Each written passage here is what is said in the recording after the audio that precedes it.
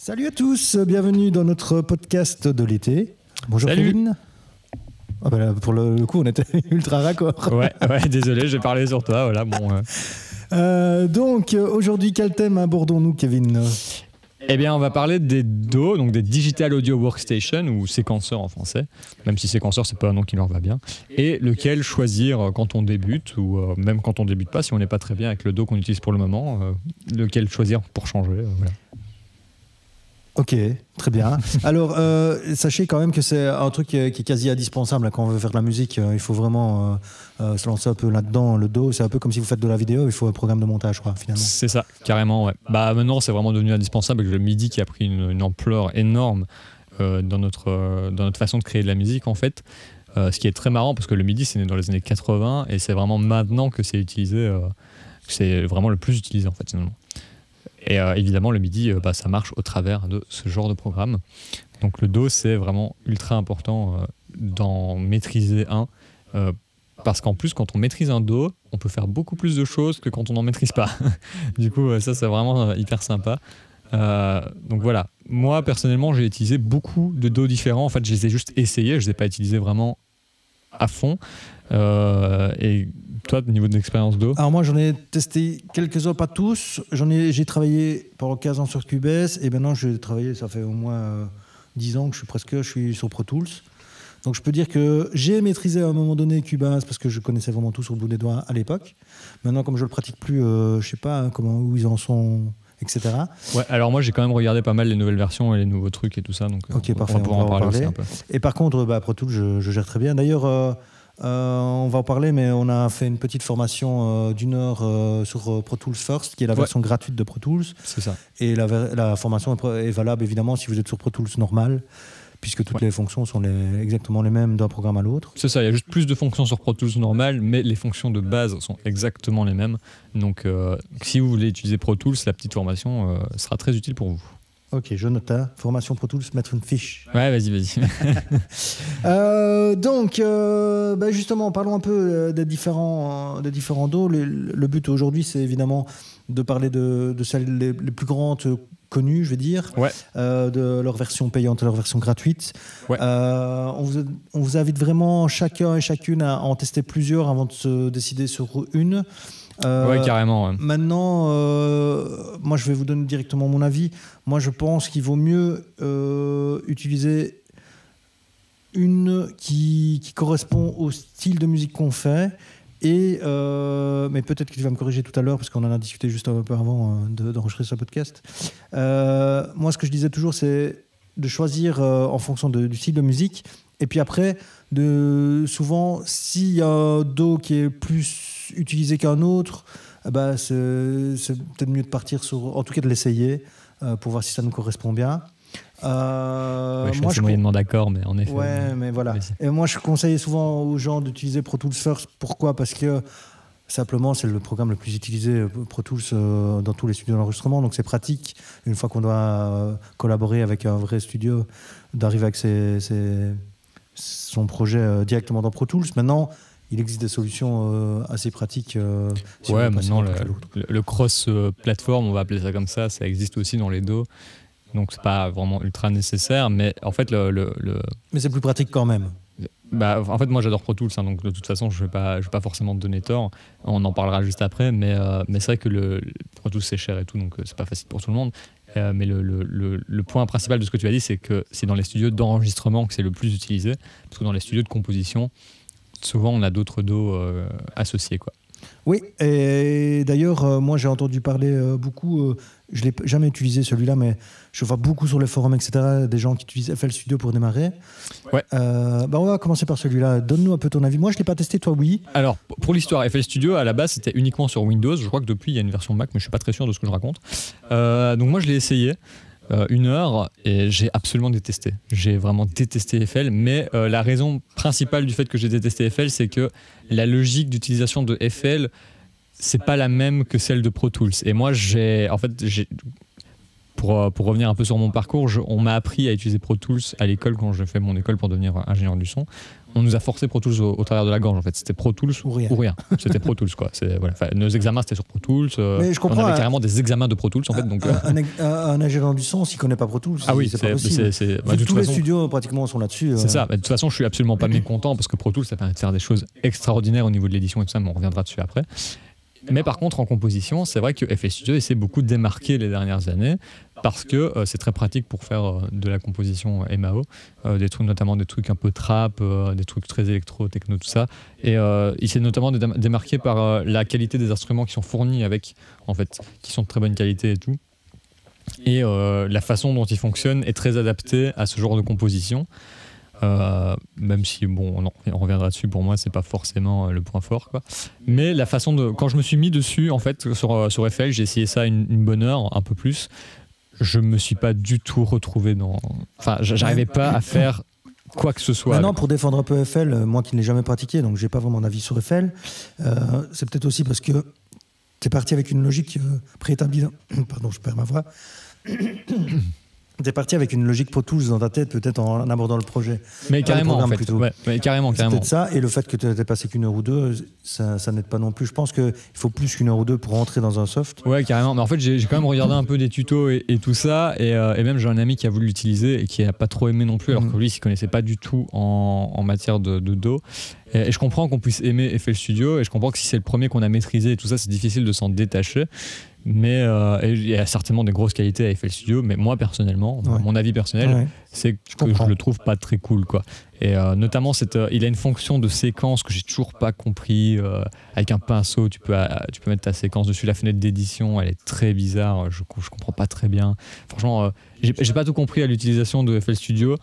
Mais c'est ça qui est inquiétant parce que tous les autres, je les avais touchés avant FL Studio, et le fait que j'arrive pas du tout à me retrouver dans FL Studio, c'est-à-dire que c'est pas hyper intuitif pour les gens qui sont professionnels du son en tout cas. C'est très difficile d'accès si tu n'as pas commencé par ça, j'ai l'impression quoi. Ok. Passons peut-être à un autre. Du coup, on a parlé un peu de Pro Tools, on a parlé d'FL Studio. Cubase, qui est quand même le grand concurrent de Pro Tools pour moi. Il faudra quand même qu'on revienne sur Pro Tools un peu plus en détail, les qualités et les défauts de Pro Tools. Je pense que ça vaut quand même le coup d'en parler. On y reviendra. Voilà. Alors, Cubase, c'est un très bon programme. Je pense franchement que c'est un très bon programme. Pourtant, je ne l'aime pas du tout, je l'ai dit juste au début. Alors, la raison principale pour laquelle je ne l'aime pas, c'est qu'une fois, j'ai dû l'utiliser à l'école pour faire un truc et ça m'a cassé la tête, quoi. C'est tellement complet, en fait, Cubase. Mais il faut, à l'époque, là où moi je l'utilisais, maintenant c'est plus trop comme ça, il fallait tout faire à la main. Donc c'est-à-dire que quand tu devais faire un changement d'instrument dans le MIDI, il fallait aller écrire toi-même le control change du MIDI pour changer l'instrument. Moi j'ai pratiqué Cubase il y a 10 ans d'ici, c'était plus déjà comme ça. Hein. Alors moi, on m'a forcé à faire comme ça en fait. C'était le but du travail, c'était de maîtriser les control change et ça m'a cassé la tête. Franchement, à partir de là, j'ai plus voulu utiliser Cubase, mais ça reste un très bon programme. Alors pour moi, je suis passé de Cubase à Pro Tools. Alors vous allez me dire, mais pourquoi t'as changé ? Moi-même, j'ai pris beaucoup d'années avant de faire le grand saut. Et alors je dois avouer que ça m'a pris entre 3 et 6 mois à passer sur Pro Tools. Parce que la logique est plus ou moins la même, mais les fonctions ne sont pas au même endroit, etc. Totalement, ouais. Donc, il y a quand même des logiques un peu différentes sur Pro Tools que sur Cubase. Il y a plein de trucs que je trouvais génial sur Cubase que je ne retrouve pas sur Pro Tools. Ouais. Mais globalement, Pro Tools est meilleur pour moi que Cubase, maintenant que je maîtrise les deux. Pour plein de raisons, on ne va pas tout détailler ici, mais en fait... Moi, j'ai le sentiment inverse que toi. J'ai l'impression que Pro Tools est encore une plus grosse usine à gaz que Cubase. Et qu'il y a plein de trucs qui me paraissaient parfois plus actifs sur Cubase. Alors peut-être c'est parce que moi, j'ai commencé sur Cubase aussi. Hein. Probablement, oui. Sûrement, oui. Mais alors pour la petite histoire, je vais quand même raconter cette petite anecdote. Le tout premier programme que j'ai lancé dans mon ordinateur, c'était Cubase. Mais à l'époque, il n'y avait pas d'audio dedans, c'était que du MIDI. Je devais avoir 14-15 ans et ça m'a pris la tête. Il n'y avait pas de tuto, il n'y avait pas Internet à l'époque. Ah ouais, bah, bien sûr. Et j'ai essayé plein de trucs, je n'arrivais pas à m'en sortir. Bref, j'ai désinstallé le programme et j'avais installé 3 petits programmes qui n'existent même peut-être plus. Je ne saurais même plus dire les noms. Mais j'avais installé 3 autres petits programmes et en fait, j'utilisais pour certaines fonctions un, Puis comme c'était avec du MIDI, on pouvait apporter facilement d'un programme à l'autre. Ouais. Puis alors pour d'autres choses, je faisais dans l'autre. Et là, enfin, je me débrouillais comme ça, mais c'était C'était Système D, quoi. Système D à l'époque. Hein. À la MacGyver, quoi. Et puis un jour, je me suis dit, tiens, je vais quand même réessayer ce fameux Cubase. Et je ne sais plus dans quelles circonstances, mais j'ai été amené à réinstaller ce Cubase. J'ai réinstallé, je suis re-rentré dedans. J'ai compris enfin comment ça fonctionnait. C'était toujours qu'en MIDI à l'époque. Hein. Et du coup, j'ai laissé tomber tous les autres programmes. Je suis rentré à fond dedans. Et la logique était encore un peu différente de la logique de Cubase d'il y a 10 ans, parce que moi, je l'ai quitté il y a 10 ans. Parce que la logique a vraiment... Cubase, en fait, était vraiment meilleur que Pro Tools à l'époque. Moi, je connaissais Pro Tools un peu de nom, de retour d'expérience de potes, mais qui était uniquement audio, vraiment, à cette période-là. Cubase était uniquement MIDI. Et puis, à un moment donné...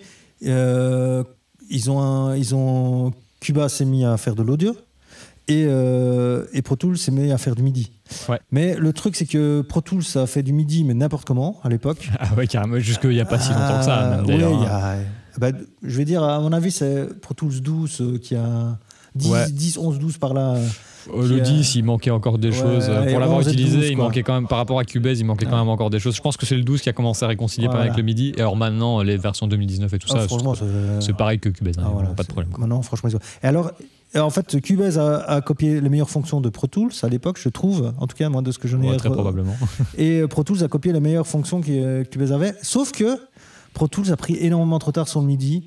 Et donc, Cubase est devenu un truc vraiment... pour moi à l'époque meilleur que Pro Tools. En tout cas, il était meilleur sur le package. C'est ça, mais en fait, Pro Tools, ils ont rasé le virage MIDI en fait. Hein. Ils ont pas compris que ça allait devenir un truc trop utilisé. Et ils ont fait ouais, mais nous on est quand même les leaders du marché. Audio et tout ça. Voilà. On s'en fout quoi. Le MIDI, on va le mettre, mais on s'en fout quoi. Et du coup voilà, ils sont un peu cassés la gueule là-dessus.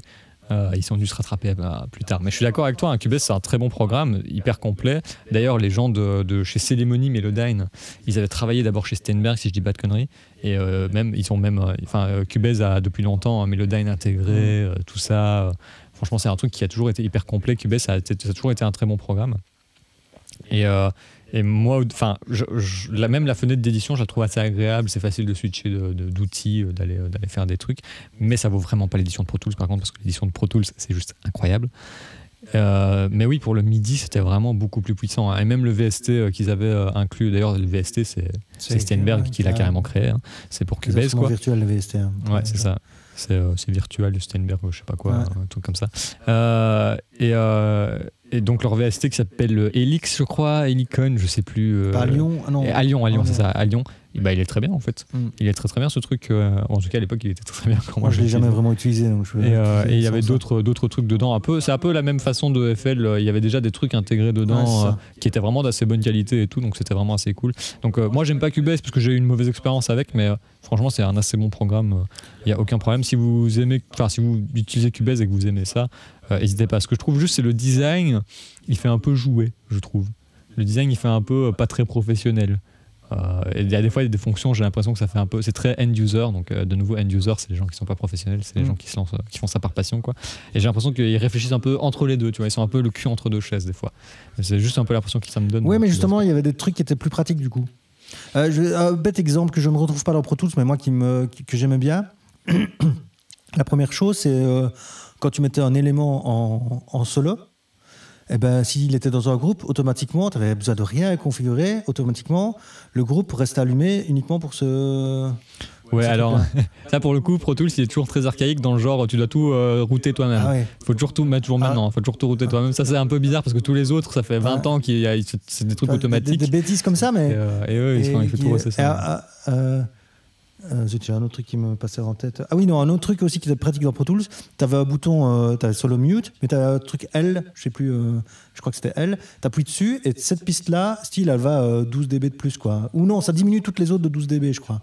Et donc, c'est quand même pratique quand tu veux écouter un truc beaucoup plus fort à un moment donné. Ça dans Cubase. Ouais, dans Cubase. Ça. Et ça, tu peux le faire aussi dans Pro Tools, mais tu dois programmer une espèce de truc dedans, quoi. Ouais, c'est un peu chiant de faire ça. Voilà.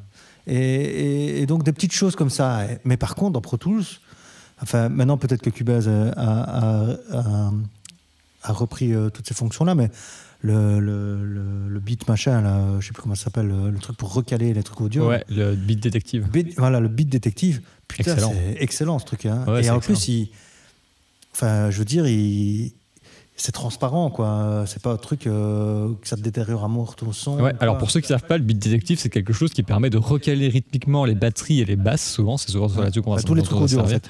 Ouais, tous les trucs audio en fait, mais souvent on s'en sert pour les batteries en fait. Moi je l'utilise pour plein de choses, hein, même pour des guitares, des trucs. Ouais, bah voilà. Moi on m'a appris à m'en servir surtout pour les batteries et la basse quoi. Et du coup, en fait, le beat détective, ça va analyser les transitoires. C'est peut-être pour ça qu'on m'a appris que pour ça, parce qu'en fait, si t'as pas une piste DI de la guitare, après c'est compliqué pour les transitoires. Mais du coup, ça va analyser les transitoires et ça va découper à chaque transitoire. Donc les transitoires, c'est le début du son, et ça va permettre de directement recaler sur le temps de la session. C'est juste incroyable comme fonction. Donc du coup, si vous avez une batterie qui est hors rythme, en fait, c'est la fonction quantifiée du MIDI, mais pour ça. de l'audio. Bah, littéralement, c'est du quantifié. Vous quantifiez votre audio. Alors, il faut des transitoires bien marqués, par contre, parce que sinon ça marche pas. Il faut aller chipoter un petit peu une fois de temps en temps, parce que bon, il y a des petites erreurs, parce que c'est pas du MIDI. Hein, si tu veux vraiment bien l'utiliser, ça prend un peu de temps. Voilà. Mais c'est tellement pratique. Mais ce qu'il y a, c'est que ça prend un peu de temps. Oui, mais c'est un truc que tu sais faire nulle part d'autre. Enfin, en tout cas, moi, dans Cubase, c'est impossible de faire ça. Ou alors, ça prend encore beaucoup plus de temps parce qu'il fallait le faire à la main, quoi. Moi, dans Cubase, à l'époque où je l'ai utilisé, il n'y avait pas ça. Nous, ce qu'on faisait, quand je devais recaler vraiment des trucs, on le faisait ultra rarement, mais quand on devait vraiment le faire. En fait, le problème aussi, c'est par exemple des pistes comme les batteries. Quand il y a de la repiste dans les différents trucs, on est obligé de recaler exactement pareil au truc près. Et donc, nous, on faisait un groupe d'édition dans Cubase. C'est ça. Et on déplaçait les trucs manuellement coup par coup, quoi. Donc, ça prenait un temps de dingue. Ouais, c'est un peu casse-pied. Et ici, Beat Detective, il y a une fonction, ça se met automatique, on va dire. Mais évidemment, il fallait réécouter, rechanger des trucs à droite et à gauche. Mais ça fait le job pratiquement du premier coup, quoi. Bah, carrément, mais en fait, ça c'est un truc que j'ai jamais retrouvé autre part. Le Beat Detective, je crois même pas que ça a été intégré dans un autre programme. Et il y a d'autres, d'ailleurs, je propose qu'on passe sur Pro Tools et qu'on parle des qualités de Pro Tools et des défauts de Pro Tools. Je vais commencer par les qualités que moi je trouve folles chez Pro Tools. C'est le Tab to Transient. Ça, je surkiffe le Tab to Transient. C'est le fait d'appuyer sur Tab sur ton clavier et ça permet d'aller directement à la transitoire. Du son. Explique ce que c'est la transitoire, parce que je suis sûr il y a plein de monde. Donc la transitoire, c'est vraiment le début du son, c'est le moment le plus fort du son en fait, et après on a la résonance du son. Donc la transitoire, ça va vraiment être le début du son, quoi. Oui, c'est à moitié vrai ce que tu dis, parce que si tu as un son qui a une attaque avec un fade in, ouais, du coup c'est pas la transitoire n'est pas là. Oui, mais tu te sers rarement enfin, tu fais pas d'édition de la même façon. Alors si tu as une transitoire, c'est une reverb à balle, quoi. Ouais, c'est ça. Là, la transitoire est à l'inverse, évidemment. Donc la transitoire, c'est normalement le début du son. C'est l'attaque du son, c'est ça. Et donc ça permet notamment d'aller faire des découpes ultra facilement dans des voix, notamment, et des trucs comme ça, pour aller les recaler ou des trucs comme ça. Alors pour être ultra précis, ça permet vraiment d'être très précis pour recaler des guitares, tout ça. Le Tab to Transient, je trouve ça juste incroyable et je l'ai vu nulle part d'autre. Le mode shuffle qui peut être vraiment très pratique pour quand on compose. Il est déstabilisant ce mode. Hein. Moi j'utilise à un certain moment, mais. Alors moi je l'aime vraiment bien pour le coup. En fait, le shuffle, ça permet de rajouter de l'espace, d'enlever du silence. Alors techniquement, le mode shuffle à la base, il a été inventé pour mélanger les trucs. Et, c'est d'ailleurs pour ça qu'il s'appelle shuffle. Mais il y a moyen de s'en servir vraiment différemment. Donc par exemple, si vous avez une composition, que vous voulez rajouter un pont à votre composition, c'est hyper facile de faire ça avec un mode shuffle, quoi. Et le mode shuffle, je ne l'ai vu que sur Pro Tools pour le coup. Ouais, moi je n'accroche pas à ce mode, mais. Tu t'aimes pas trop le mode shuffle? Moi je l'utilise tout le temps. D'ailleurs, pour monter les voix des vidéos, j'utilise le mode shuffle parce que du coup ça me permet de coller directement, vu qu'il supprime le silence, de coller directement les morceaux de voix et de faire une édition beaucoup plus rapide en fait. Le mode shuffle est vraiment super utile, je trouve ça vraiment super bien. Par contre, le mode spot qui sert à rien, ça on va même pas en parler. Si, moi il me sert pour caler justement les trucs qui doivent arriver pile poil sur la fin. Ouais, c'est ça. Le mode spot, d'ailleurs, il peut servir, mais c'est très. Il pourrait mettre un mode, et il y avait ça dans Cubase, un mode où tu peux aimanter la fin, pas le début. Ouais, c'est ça. C'est vrai que ça serait plus pratique que le mode spot. Voilà, du coup, il pourrait enlever carrément le mode spot. Ouais, c'est ça, carrément. Alors, pour ceux qui ne savent pas, les modes d'édition sur Pro Tools, c'est un gros truc, en fait, qui a presque nulle part ailleurs, je crois. Il y a le grid et le slip, ça existe chez tout le monde. Et en gros, ça permet dans la fenêtre d'édition de fonctionner différemment, donc d'être soit sur la grille du temps, soit d'être libre, soit de faire d'autres trucs. Et c'est un peu le point fort de l'édition de Pro Tools qui les a vraiment gardés au top pendant très longtemps. En fait, les modes d'édition, c'est un peu leur mais fer tu de as lance, l'équivalent dans les autres programmes, c'est juste que c'est pas présenté de la même façon. Alors le shuffle, par exemple, et le spot n'existent nulle part d'autre. Si, dans Cubase, tu pouvais faire un peu l'équivalent. En fait, quand tu cliquais sur un clip, tu avais un spot. Automatiquement, au-dessus, c'est marqué, tu pouvais éditer le début et la fin. Ouais, c'est comme le spot, du coup. Ouais. C'est comme le spot. Par contre, le shuffle, je l'ai vu nulle part d'autre. Par contre, le shuffle, je ne l'ai vu nulle part d'autre. Le shuffle, les fonctions, pourquoi je l'utilise moi, j'avais dans Cubase en plus facile, justement. Donc moi, alors la façon dont moi je l'utilise, je l'ai trouvé nulle part. Voilà. Je l'ai trouvé nulle part. Là, on est d'accord. Vraiment, rajouter des moments dans une compo, en enlever carrément l'édition de la voix. Enlever, tout ça, moi j'ai trouvé ça nulle part. Et ça recollait directement avec l'autre. Ou tu devais les reprendre et les redéplacer. Si, tu pouvais supprimer des mesures, donc du coup ça revient à la même chose. Tu pouvais supprimer des mesures, alors là c'est plus ou moins la même chose. Enfin bon, bref, je pense qu'on a fait le tour de Cubase, de Pro Tools. Bah ça c'était les grandes forces pour moi. Donc l'édition dans Pro Tools c'est juste incroyable. Hein. Vraiment l'édition c'est vraiment par rapport aux autres programmes c'est toujours le plus avancé. Le mix est quand même super sympa dans Pro Tools, même s'il y a des choses qui sont pas automatisées. Le fait d'avoir une fenêtre complète de mix, c'est pas le cas chez tout le monde. C'est le cas chez Cubase, c'est le cas chez Ableton, mais c'est pas le cas chez tout le monde. Et ça c'est très pratique aussi d'avoir une fenêtre pleine juste pour le mix. Et moi j'aime assez bien le fait d'avoir des départs que tu puisses customiser toi-même. Par exemple dans Logic c'est pas comme ça, les départs, les auxiliaires tu envoies dans un bus et l'auxiliaire se crée, mais t'as que 2 ou 3 bus quoi, sur chaque piste. Ici tu peux vraiment faire plein de trucs avec les départs. Ouais, mais non, encore une fois, ce que j'aime bien dans Pro Tools c'est que tu peux faire tout dans tous les sens. Mais c'était simplifié dans Cubase. Quand tu dois envoyer dans un auxiliaire, quoique maintenant, dans Pro Tools, il le fait aussi. Hein, il te crée automatiquement le bus qui met automatiquement dans l'auxiliaire. Donc finalement, ça revient au même que dans Cubase de l'époque. Ouais. Mais sauf que ça te rajoute une étape finalement. Mais encore une fois, c'est toute une question de point de vue. Pro Tools, c'est tout faire. Ouais. Mais il faut tout programmer. Si tu veux faire des trucs un peu spécifiques, il faut programmer du coup. Mais oui, ça permet de faire ces trucs spécifiques. Plus ça complexifie aussi le truc. Mais ça te permet de faire ces trucs spécifiques. Ouais. En fait, Pro Tools, le problème, c'est que c'est difficile à aborder parce que c'est un truc qui est assez complexe. Mais une fois qu'on connaît bien Pro Tools, il y a des choses dont on saurait plus passer et qu'il n'y a pas souvent dans les. Et je reviens sur ce que je disais tout à l'heure. C'est pour ça que souvent, moi, je conseille aux gens de se lancer dans Pro Tools First parce que du coup, ils ont la logique Pro Tools dès le début. C'est ça. Mais on va venir parce qu'on arrive là, on va arriver sur Ableton et Logic qui sont pour moi deux très trop sérieux concurrents. Je vais juste terminer sur Pro Tools en disant que c'est très professionnel, c'est très cher et dans les nouvelles versions, il y a plein de trucs nouveaux. Il y a notamment aussi le Melodyne intégré et surtout un truc qu'il n'y avait pas avant, c'est maintenant on peut servir de son clavier d'ordinateur comme clavier MIDI. Avec les touches, on peut faire ça sur Logic depuis très longtemps et je trouve ça super pratique quand tu es dans ton canapé, aussi, je pense que tu peux etc. Oui, Cubase aussi le fait. Et même Ableton maintenant ils font ça tous. Et Cubase a rajouté, Pro Tools a rajouté cette fonction, je trouve ça un peu chouette. Et surtout maintenant ils ont rajouté un mode sombre. C'est très sexy. Voilà. Ouais, j'aime beaucoup les modes sombres la plupart du temps. Maintenant, je m'en fous pour Pro Tools. C'était juste pour la petite pointe comme ça. Le seul gros point négatif pour moi, Pro Tools, c'est le prix. Le prix, c'est trop déconné le prix. Vraiment, c'est trop cher. Mais voilà. Mais en même temps, c'est tellement une usine à gaz que. Ouais, mais quand tu vois que Logic il coûte 250 €. La moitié, quoi. C'est la moitié de Pro Tools normal. Hein. On parle pas de Pro Tools Ultimate, quoi, qui lui coûte 800 €. Qu'est-ce qu'il a l'Ultimate en plus? Nous, c'est l'Ultimate. Ouais, c'est l'HD, c'est ça. Ouais, c'est le HD. Donc, voilà. Ok, donc passons un peu à la suite. Du coup, on peut parler de Logic peut-être un peu. Moi, Logic, je l'ai entreaperçu une heure il y a bien longtemps. Moi, je l'utilise souvent. Donc, je peux carrément parler. Donc tu vas pouvoir nous en parler. Alors, pas les versions récentes, même si j'aimerais bien parce qu'elles ont l'air ultra cool, les versions récentes. En gros, moi, ce que j'aime pas chez Logic, c'est le fait que la fenêtre de mix, elle croppe la fenêtre d'édition. On voit plus rien quand on a un petit écran, c'est trop galère. C'est un peu casse-pied. Il y a des fenêtres, il y a des pop-up qui sortent des trucs qui peuvent sortir de partout. Genre, tu peux, t'as un menu sur la gauche qui peut prendre un max de place, un menu sur la droite pour les loops. Franchement, il y a moyen vite, si tu as envie d'avoir un confort, il y a moyen d'avoir une fenêtre d'édition qui fait vraiment 1 cm sur 1 cm. C'est vraiment pas très pratique. Mais à part ça, ça reste. Tu fais ça sur ton téléphone, t'as dit non? Ouais, c'est ça.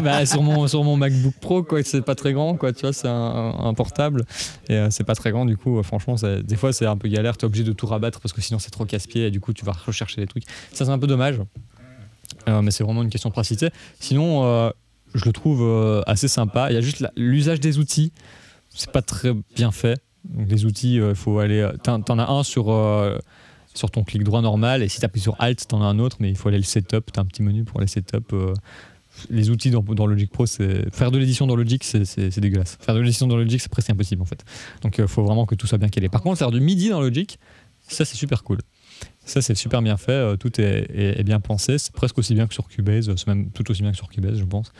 Et vraiment Logic, ça c'est sa grande force depuis très longtemps. C'est même les premiers qui ont fait l'histoire de clavier sur l'ordi. Moi j'ai testé ça parce que à l'époque, quand j'étais sur Cubase, il y avait ça. J'ai testé ça pendant 2 heures, j'en pouvais plus. Moi, c'est peut-être parce que justement, je connais un peu le piano, mais moi, je n'arrivais pas. Franchement, moi, ça m'arrive de l'utiliser juste pour aller très vite. Si j'ai envie de retaper un petit lead ou quoi par-dessus, tu vois, juste peut-être des petites notes comme ça, et ça va, c'est un peu cool. Franchement, moi, j'ai toujours le clavier à côté, donc.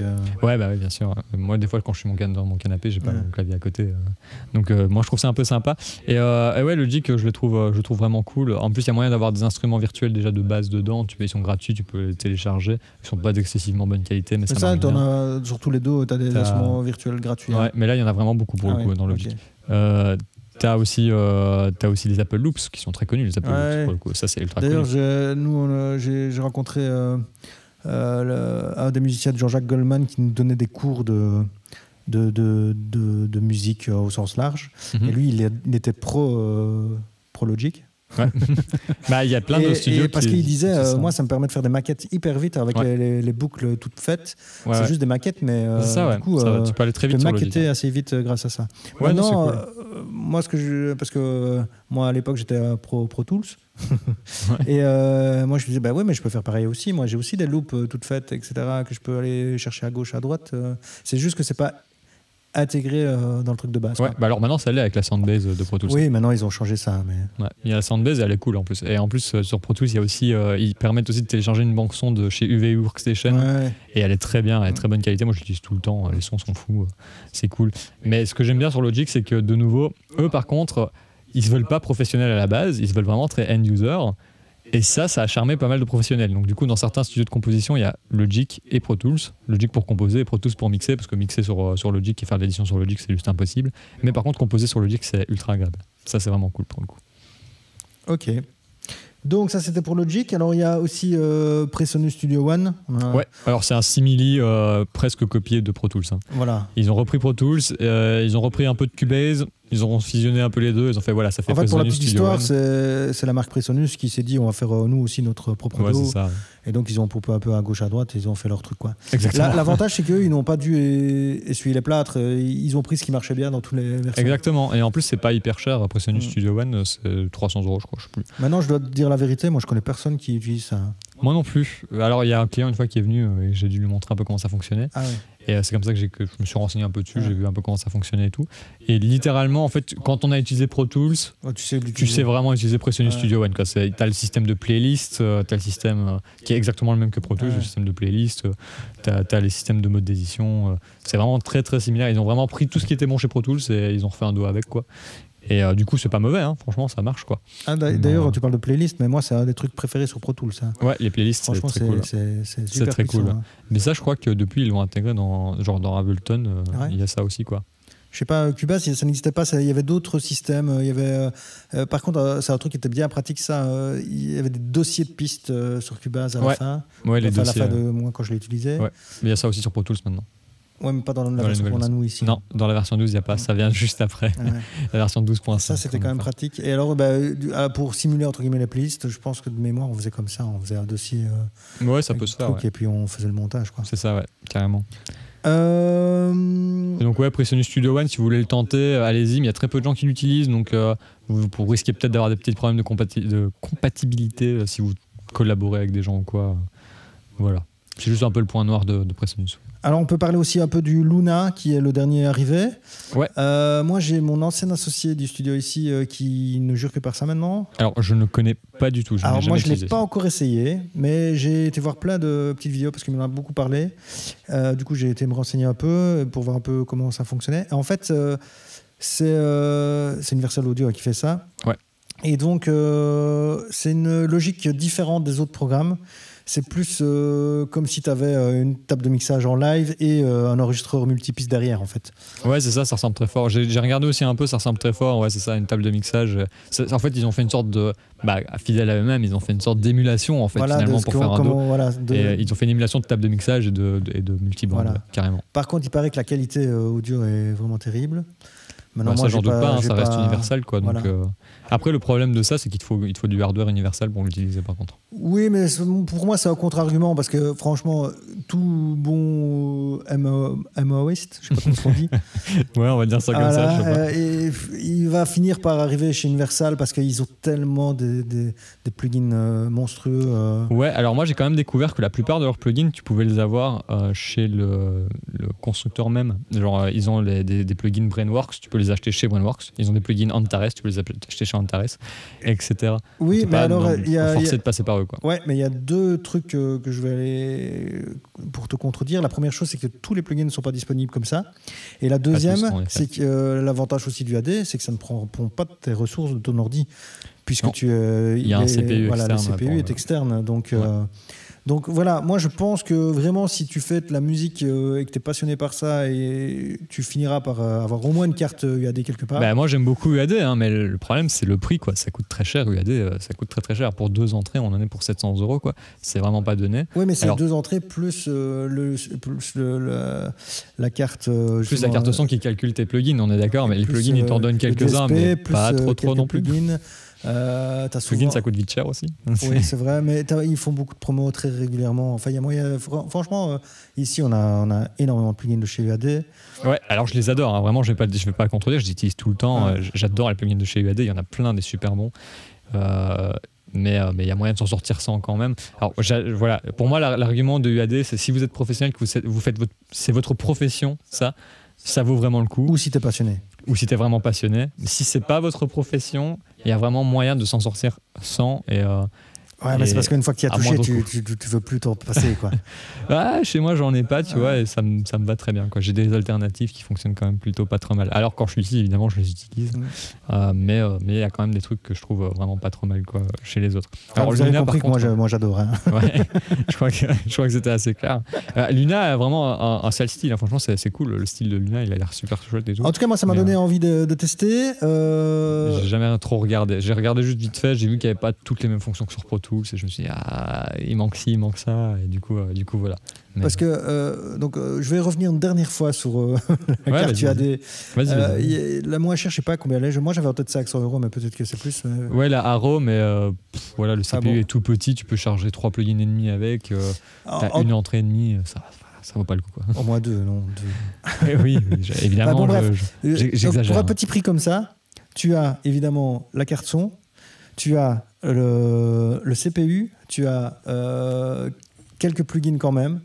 Pas beaucoup, mais t'as pas beaucoup, hein, je crois, un truc simple. Et t'as ton dos, tout ça. Alors oui, maintenant, le fait d'avoir Luna en plus, ça rajoute une vraie valeur ajoutée à leur carte son. Donc pour moi, c'est vrai. En tout cas, je m'étais déjà posé la question. J'ai envie, en tout cas, alors, je vais vous dire la vérité, je comptais faire ça une fois qu'ils auraient sorti une version PC aussi, parce que je ne sais pas s'ils l'ont sorti maintenant, mais en tout cas, il y a quelques mois, c'était pas encore d'actualité. Ils prévoyaient de la sortir, mais ils ne savaient pas encore quand. Mais pour moi, à partir du moment où ils ont ressorti une version PC, ça vaudra la peine d'y regarder pour les tout débutants. Parce que peut-être que pour 500 €, tu pourras justement avoir tout ce qu'il faut de super bonne qualité pour commencer en fait. Ouais, c'est vrai que le dos, ça joue beaucoup parce qu'avant, ils n'avaient pas ça et le prix était le même, quoi, tu vois. Mais le fait de rajouter le dos dedans, alors attention, parce que là, c'est le début du dos, parce qu'une fois que le dos sera bien établi, le dos sera payant aussi, hein, probablement. C'est ce qu'on fait Presonus. Voilà. Presonus, c'était gratuit avec leur truc et puis maintenant, c'est payant. Mais c'est vrai que si vous arrivez à choper le dos en plus, vous n'avez pas besoin de payer le dos. Parce que les dos ça coûte vite cher, c'est vrai que ça vaut un peu plus le coup, quoi. En tout cas, moi c'est dans ma to-do list à un moment donné d'aller checker ça un peu plus près pour justement peut-être conseiller ça aux débutants si jamais je me rends compte que ça vaut la peine. Et peut-être que dans ce cas-là, on fera peut-être une vidéo d'ailleurs là-dessus, on verra. Carrément. Et en plus, dans Luna, il y a aussi l'émulation Apex d'une machine à bande Apex intégrée et tout. donc qui est vraiment cool. Donc même dans Luna, il y a aussi des autres plugins intégrés en plus des plugins qu'on a dans la carte son.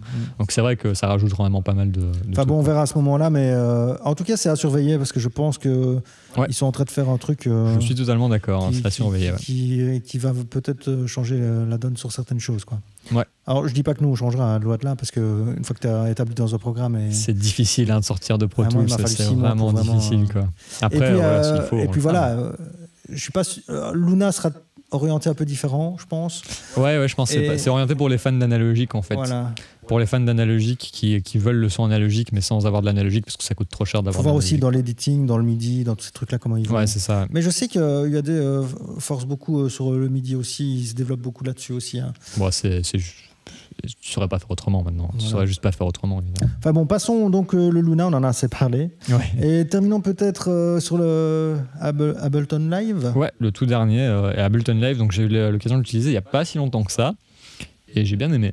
Honnêtement, j'ai bien aimé. Moi, je l'ai vu. J'ai pas vraiment utilisé moi-même. Je l'ai vu. J'ai vu que la logique était très différente de Pro Tools.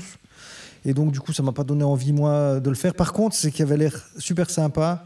C'était justement pour tout ce qui était live et tout ça. Il y avait vraiment des fonctions qui étaient adaptées pour ça. Alors oui, le truc s'appelle Ableton Live. Oui, ils te vendent pas autre chose que ce qu'ils disent. C'est super cool pour faire du live. Donc, c'est-à-dire que tous les boutons sont assignables à un contrôleur MIDI.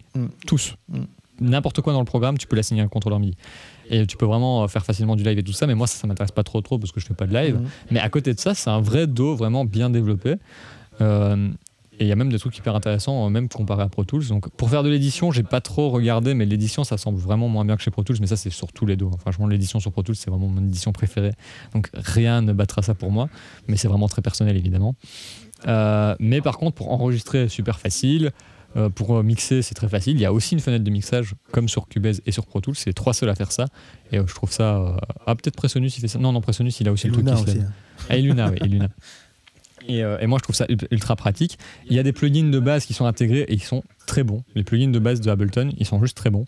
Ce qui est très étonnant, parce que c'est pas vraiment leur fer de lance, mais ils ont des très bons plugins de base, donc ils ont une très bonne compression de base, ils ont une très bonne distorsion, ils ont des trucs qu'on a même... Ils ont un truc qui s'appelle le Spectral Blur, un truc comme ça, je l'ai vu utilisé il y a pas longtemps par un beatmaker, je connaissais pas du tout, et je crois même pas qu'on a un truc similaire à ça, et je trouve ça super cool. En gros, ça prend la fréquence et ça va la rendre un petit peu floue comme ça, et ça va genre si tu prends une guitare, tu peux en faire un pad quoi si tu veux. Ah ouais, c'est ça. Et je trouve ça un peu cool, c'est très circonstanciel. Ce que j'allais dire en fait de ce que moi j'en ai vu, c'était une utilisation tellement différente de ce que moi j'ai l'habitude de faire sur Pro Tools que c'était difficile. Je trouvais tout génial parce que c'est des trucs que je me serais dit pour faire ça dans Pro Tools ce serait compliqué. Ouais. Il faudrait peut-être un plugin tiers ou ce genre de truc. Mais par contre, ça me donnait pas envie de faire entre guillemets de la compo dessus. Ouais, voilà. Enfin, parce que moi, j'ai pas cette vision-là. Enfin, tu vois ce que je veux dire ? Ouais, je comprends. Bah oui, forcément, il faut. Alors le DAW, évidemment, il faut se sentir bien avec. Hein. Ça, c'est quelque chose de clair. Si vous n'êtes pas bien dans votre DAW, change. Mais il a l'air génial, évidemment. En fait. Mais moi, franchement, je l'ai utilisé un petit peu et j'ai tellement apprécié que je me suis dit, tiens, si un jour je devais changer Pro Tools pour autre chose, ça serait peut-être bien celui-là. Quoi. Ah ouais, carrément. Ça serait franchement peut-être bien Ableton. De tout ce que j'ai utilisé, alors que j'utilise très souvent Logic et tout en plus, donc j'ai vraiment l'habitude avec Logic, je pense que je préfère Ableton à Logic. Quoi. Ah ouais. Donc après, j'ai pas tout vu en profondeur non plus, donc ça reste un avis assez superficiel. Faudrait voir un petit peu avec des heures de travail dessus si je m'en sors mieux là-dedans ou dans Logic. Je suis pas très sûr de ce que serait la réponse. Mais dans la logique et tout ça, moi je m'y suis beaucoup retrouvé. Et d'ailleurs, j'ai même retrouvé pas mal des choses que moi je me dis dans Pro Tools, je vais faire ça maintenant, je vais faire ci, je vais faire ça. Ça marche aussi dans Ableton, quoi, tu vois. Et du coup, je m'y suis assez bien plu. Ableton, c'est vraiment un très bon truc, quoi. Je connaissais pas du tout. Je pensais franchement que c'était très réservé pour les gens qui font du live. Et en fait, ça va. Tu peux franchement t'en servir de façon normale pour faire des compos, quoi, et tout. Ok, je pense qu'on a fait plus ou moins le tour. On a fait le tour. Moi, je vais quand même conclure par une petite anecdote, quand même, pour que vous sachiez un peu que les DAW ça n'a pas toujours été comme ça. J'ai commencé, donc, j'avais expliqué ça dans un autre podcast, j'ai travaillé dans un studio à Charleroi, et là-bas, il n'y avait pas de DAW. Ouais, ça existait déjà pourtant à l'époque. Pro Tools existait déjà. Alors c'est le premier DAW qui est né. Je vais expliquer. Alors, il n'y avait pas de DAW, et ça existait déjà parce que moi, je travaillais sur des DAW chez moi. Hein. Ouais. Mais là, il n'y avait pas. Il y avait quoi ? Alors, il y avait un enregistreur à bande, un vrai, un 6 pistes. Ça, c'est cool quand même. Ça, c'était vraiment cool.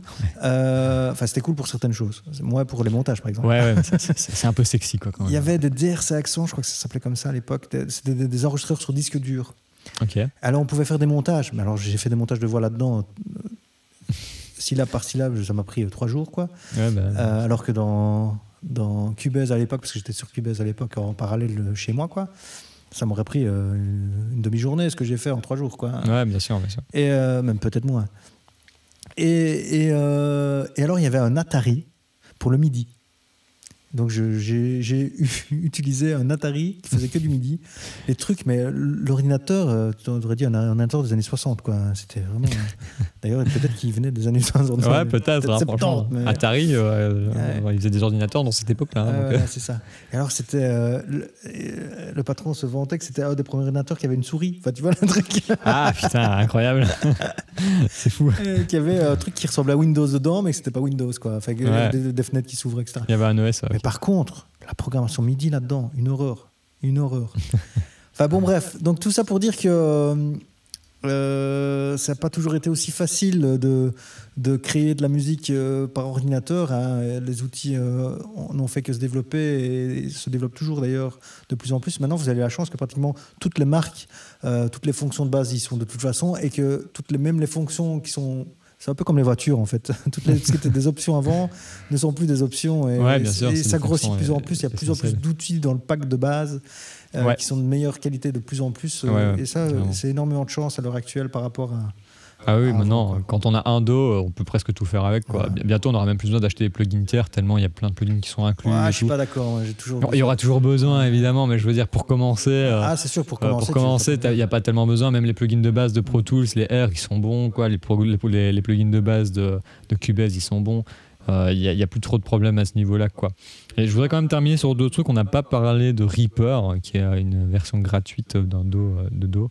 C'est un Do gratuit, je sais pas si tu connais tout du tout. Reaper, je le connais de nom, mais je l'ai jamais vu. Voilà, moi je m'en suis jamais servi, donc juste pour le citer, dire que c'est un Do gratuit, peut-être aller checker ça. Non, moi je vais carrément conclure en disant que tous les grands programmes dont on a parlé ont une version gratuite. Ouais, mais alors Reaper, lui, c'est assez spécifique parce que c'est un programme gratuit de base, quoi. Voilà, c'est ça. Mais pour tous les autres ont des versions gratuites, donc vous pouvez très bien commencer par une version gratuite ou une version gratuite. Voilà, tout à fait. Et tester en plein, trouver celle qui vous convient le mieux. Et d'ailleurs, pour ça aussi, la version gratuite, alors vous ne voyez pas, mais je fais des guillemets avec mes doigts, Pro Tools, c'est mort. Hein. Pro Tools, il n'y a pas de version gratuite. Ça, c'est pas possible. Non, c'est pas possible. À cause de l'iLock et tout ça, il n'y a pas moyen. Et je pense que Cubase, c'est plus ou moins pas. Ah, Cubase, il y a peut-être moyen d'en trouver une ou deux. Il me semble que Pro Tools, j'en ai déjà vu passer une ou l'autre. Sur Windows, mais sur Mac, par contre, laisse tomber, c'est mort. C'est pas possible. Okay. C'est vraiment pas possible. Par contre, Ableton Logic, là, il n'y a pas de problème, quoi. Là, la version gratuite, c'est après 2 secondes que la version est sortie, elle est déjà trouvable, quoi. Il n'y a pas de problème. Enfin bon, voilà, testez-en plein, vraiment. Ouais. Essayez Audacity aussi, c'est fun. Voilà, il y en a plein d'autres qu'on n'a pas cités, hein, évidemment. Mais oui, Audacity, c'est pas vraiment ado. Hein. Audacity, c'est pas pareil. Il y a plein d'autres softwares musicaux qu'on n'a pas cités. Oui, bien sûr. Bref, faites-vous votre propre avis. N'hésitez pas à nous dire en commentaire quel Do vous utilisez. Ça me ferait plaisir d'ailleurs de voir sur quoi vous êtes vous, en fait, notre audience. Ouais, carrément. Du coup, on pourrait un peu nous s'adapter à vous aussi. Sur certaines je pense pas que vous utilisez Pro Tools. Il y a très peu de chance. Il y a vraiment très peu de chance pour le coup. Mais voilà. Eh ben, le petit mot de la fin, Kevin. Bah, du coup, je vais le dire à chaque fois, mais je vous souhaite de bons cocktails. Un bon appétit et salut. Salut.